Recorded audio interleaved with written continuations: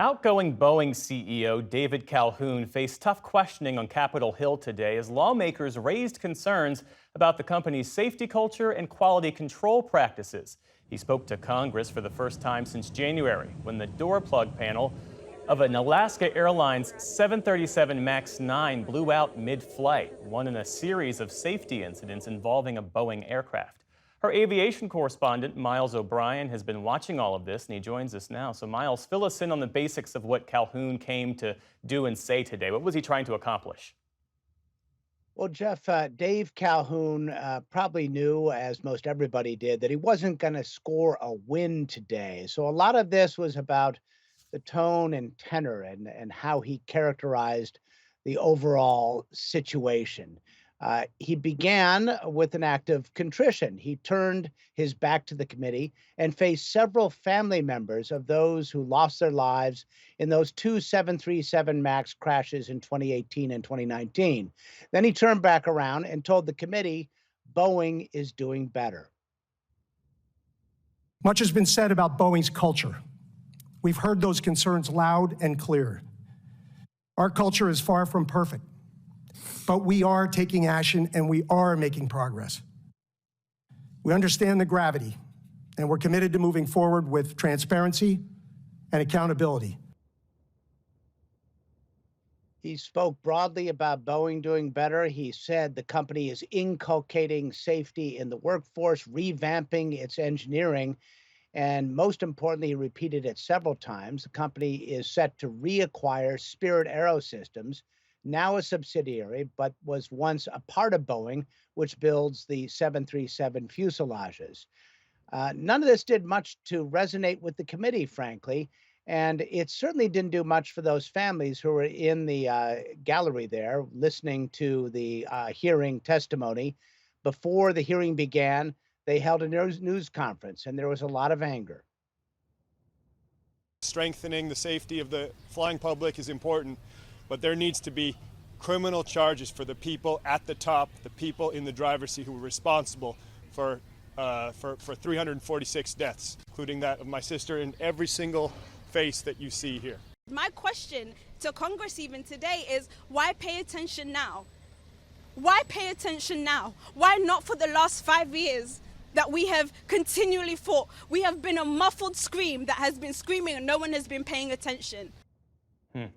Miles, when the victims' family members speak of criminal charges, what exactly are they talking about? How would that work? Well, these are criminal charges which evolved from those two crashes. Essentially, the charges are conspiracy to defraud the Federal Aviation Administration. Boeing cut a deal with the Department of Justice, paid $2.5 billion, and for a period of time of amnesty, promised to clean up its act. And now the Department of Justice is indicating that it has not lived up to its bargain. Boeing says it has, however, Jeff. Meantime, you've got lawmakers on that panel, both Democrat and Republican, who say that they're really troubled by what they see as a continuing pattern of problems. Tell us about that.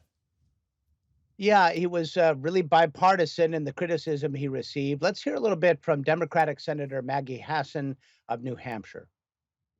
I hear you talking about it, but what we've been trying to get to is how is it that you had a 2020 failure, a 2024 failure, the failures I've just read about, so there were 737 failures, now these 787 ones. You talk about safety and culture, but you aren't answering the question about what the root causes are here. When Senator Hassan speaks of root causes, what is she addressing directly? Well, the allegations from the committee and elsewhere are that in Boeing's pursuit of competition with Airbus, that the company sacrificed safety for profits, that it cut a lot of corners. Republican Senator Josh Hawley of Missouri really laid into Calhoun on top of that, specifically pointing out his $33 million salary. You're focused on exactly what you were hired to do, which is that you're cutting corners, you are eliminating safety procedures, you are sticking it to your employees, you are cutting back jobs because you're trying to squeeze every piece of profit you can out of this country, this company. You're strip mining it. I don't think the problem's with the employees. Oh, it's actually. not. It is yeah, not. I think the problem's with you. You. It's the C-suite. It's the management. It's what you've done to this company. That's where the problem is. The problem's at the top.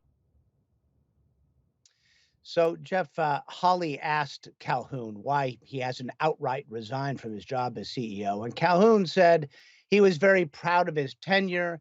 He's proud of the safety record of Boeing. And he said he was proud of every action we have taken. There was a lot of skepticism among Senator Hawley when that statement came across. Calhoun is leaving his job as CEO of Boeing at the end of the year. Jeff? So what comes next for this company then, Miles? Well, it's not an easy path, is it? We don't know who is going to succeed Calhoun in that position, and many of the problems which have been laid out there will take quite some time to improve. It's difficult to change the culture of a giant corporation such as Boeing, and this is a company that had a culture for many, many years built around a core of engineering where safety was first, and somehow it has lost its way, and turning that around is not going to be easy. In the minute and a half we have left, Miles, Dave Calhoun stays on the job through the end of the year. Is Boeing or anybody else, any sort of aviation observers, do they have their eye on somebody who could succeed him? No names have surfaced. What's interesting to think about as well, Jeff, is could there be a competitor that emerges from this duopoly of Airbus and Boeing?